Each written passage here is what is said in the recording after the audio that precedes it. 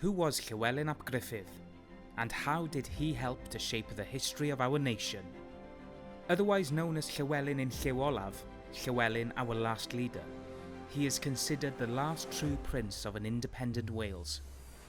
Llywelyn took control of Gwynedd in 1255, and within a few years the leaders of Wales gave him their allegiance, and he began to use the title Prince of Wales.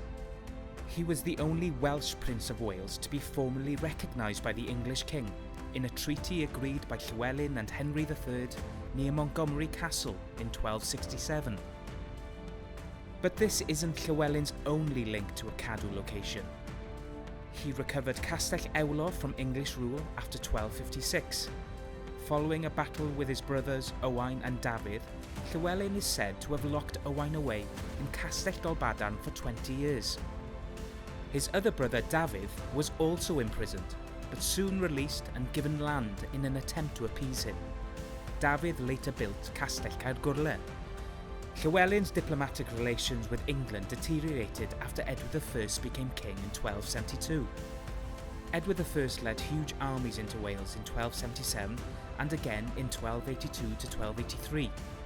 Llywelyn was killed in battle at Kilmary on the 11th of December 1282, where a monument to honour his legacy still stands today.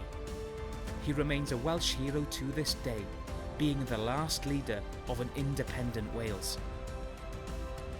Visit some of the Cadw locations which shaped Llywelyn ap Gruffudd's life. Cadw, for us all to keep.